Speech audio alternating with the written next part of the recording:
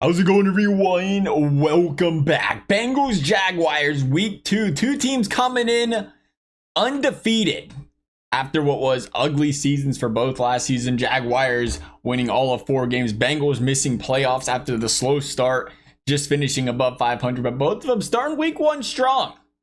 Bengals beating the Browns. Jaguars beating the Panthers.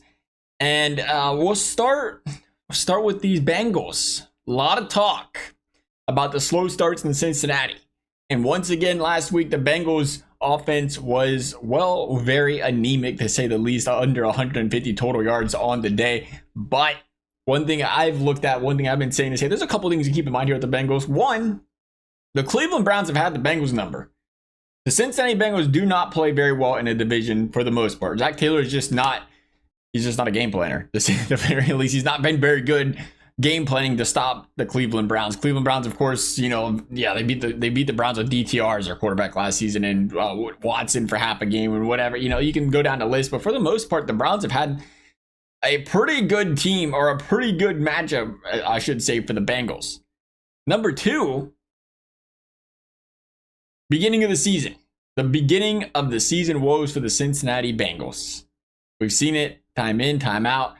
We've seen it. This game was just some sloppiness getting the play calls in. But at the end of the day, you look back and say, hey, the Bengals won the game against a division team they've kind of had their ups and downs against.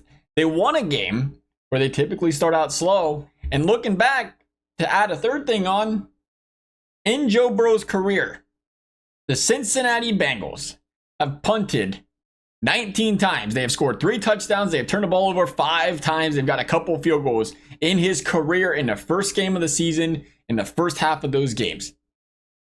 Last week, they had 2 touchdowns and 1 punt. A big improvement.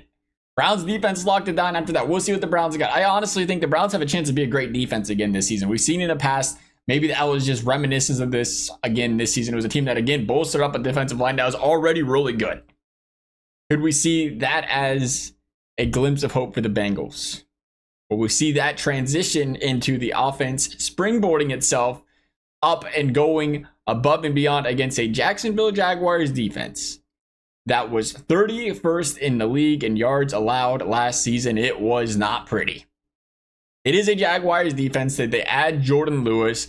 They add in Eric Murray in that secondary, a couple veteran pieces. Couple guys that can just, hey, I'm in the spot I need to be in. You don't have a secondary that's just all over the place, blowing coverage. There's a couple veterans. Bring that veteran presence. Can those guys come into this defense and instantly be game changers? I mean, obviously, we've seen week 1 got the job done. How will they fare against Joe Burrow, T. Higgins, Jamar Chase and company? We shall see on that one. I think the Bengals end up having a big game. I mean, remember, it was a slow start last season. They went to play Kansas City. They lost to Kansas City on a 4th and 16 that should not have been a pass interference. It was. And then they lost the football game. But they played strong and they played well after all besides that. So I think we could see them, again, build on that. I think you look at the week from last week, they started out stronger than what they have historically. So I think they build on that. And we see them play better against the Jaguars this week. But I think the Jaguars, what's going to be interesting is, how does this Bengals defense play against the Jaguars? This Bengals defense that was actually really good last week against the run. They signed guys at free agency to stop the run, and they did just that against the Cleveland Browns, holding Jerome Ford to just a tick over 2 yards per carry last week. Or the Browns as a whole, we should say, just over 2 yards per carry. But hey, enter Travis Etienne. 16 carries, 143 yards last week. Is this the Travis Etienne we knew and loved in his rookie season? You'd seen him bust out a big one last week, but even when you dropped that big one, the guy was still, 15 for, 75, 76? Still a great game. A really good game. And we know this guy is more than capable of having, again, the couple years in between. But you still want to have hope. You still want to believe that this guy can be your guy. Jacksonville giving him that opportunity again, even with the rumblings, even with the talk and the looks and around of who's up next kind of murmurs. Jacksonville giving this guy a chance, and he played very well last week. The Bengals defense, once again, gave up a lot of points last season.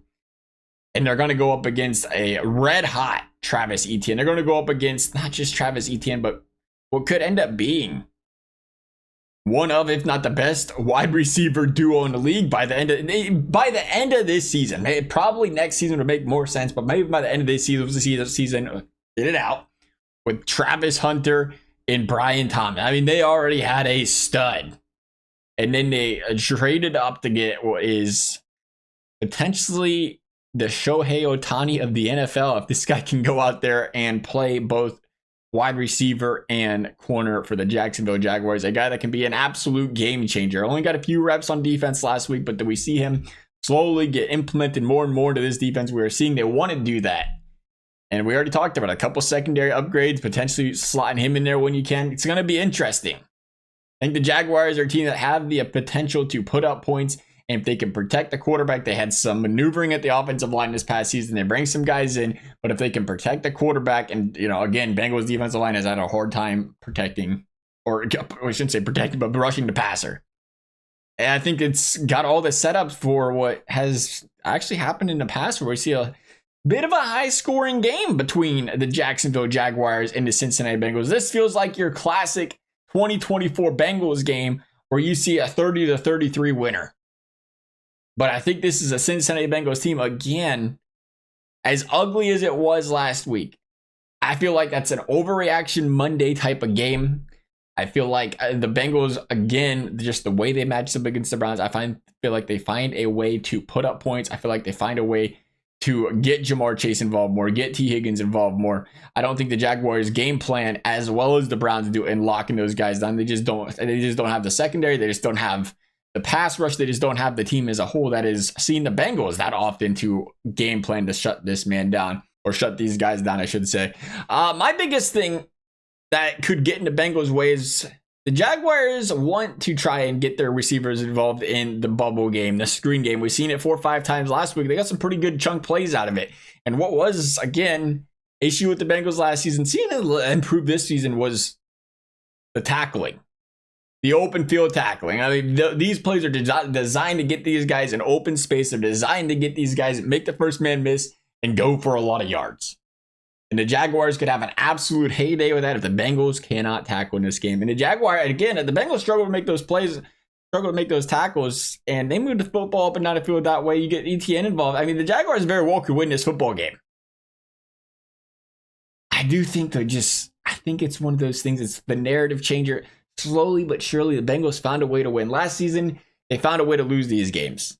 At the end of the day, as ugly as it was, they found a way to win. Last season, it was the opposite. As ugly as it was, they found a way to lose. As good as it was, they found a way to lose. I think it's a change of narrative this season. They're going to ride the momentum, and I do think 33-30 is what happens. Bengals win.